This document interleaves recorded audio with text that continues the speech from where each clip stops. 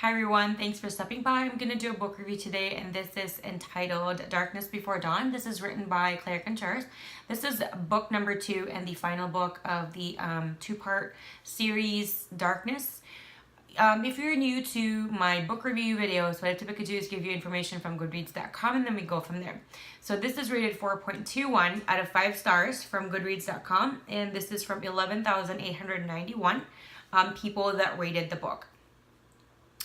Is love ever enough? Faced with obstacles she could have never imagined, Blake is brought to darkness and backed by forces in her past she never knew existed.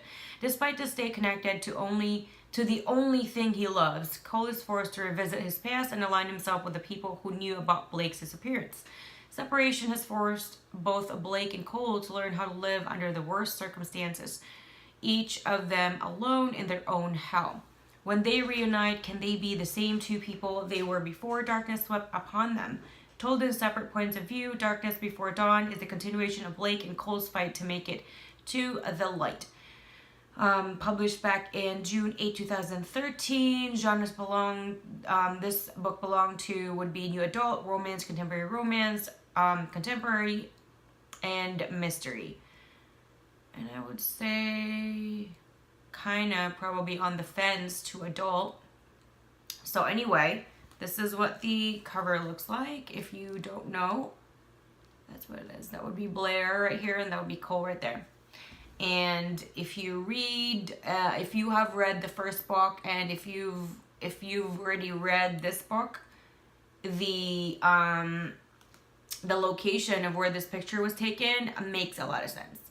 But if you haven't, I'm not going to tell you what that is, because I feel like it might be a spoiler for you. Okay, so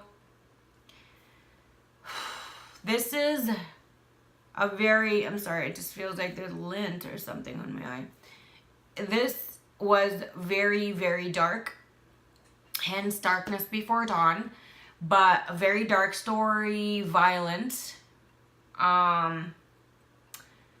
A lot of gasping moments, a lot of times when my heart literally stopped for me. I gasped a lot. There were times in which it was really dark. It made me a little bit sad. And I really do like that when an author is able to manipulate my emotions. I know it's like a masochist kind of thing, but I enjoy that because that would mean that the author was successful in actually getting their story come across. Because if you don't really have an emotional reaction to what you're reading, and I feel like it needed something else for the author to actually captivate that part of you. So, oh man, it does say they're separated, but it doesn't say why, and all the other information, and I don't want to ruin that for anybody. This book was really dark for me, and there's just a lot of you feel when everything comes back, comes back in all the cards are open, and you see everybody's hand, and you just gasp, as well as you feel like you're cold. You feel like your heart is in your throat. You feel like your heart stopped. Like everything really kind of stops. Your hands are cold and shaky, and there's just a lot of really disturbing situations in this book. Written very well, but just so you know, it's dark. A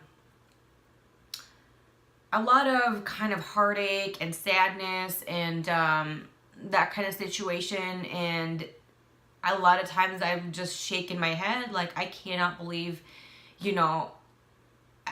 how is this going on? You know what I mean? Like, it's a lot of those really nitty-gritty kind of situations where it's really one of those difficult to imagine, but it can happen, and it happens a lot, but it's hard to really want to know and accept it. There's a lot of this book that has that, So that's just like a full warning. I'm not putting anything in detail because I don't want to ruin anybody's journey in reading the book. This was such an enjoyable read. This was such a beautiful book. So dark and beautiful. So I would recommend you pick this book up, and I would recommend you read the first one though. I think there's going to be a lot of questions and you're going to be frustrated and just be like, and I feel like if you read this before the first one, you're going to kick yourself and say, why did I not listen to Natasha and just get the first one? You know what I mean?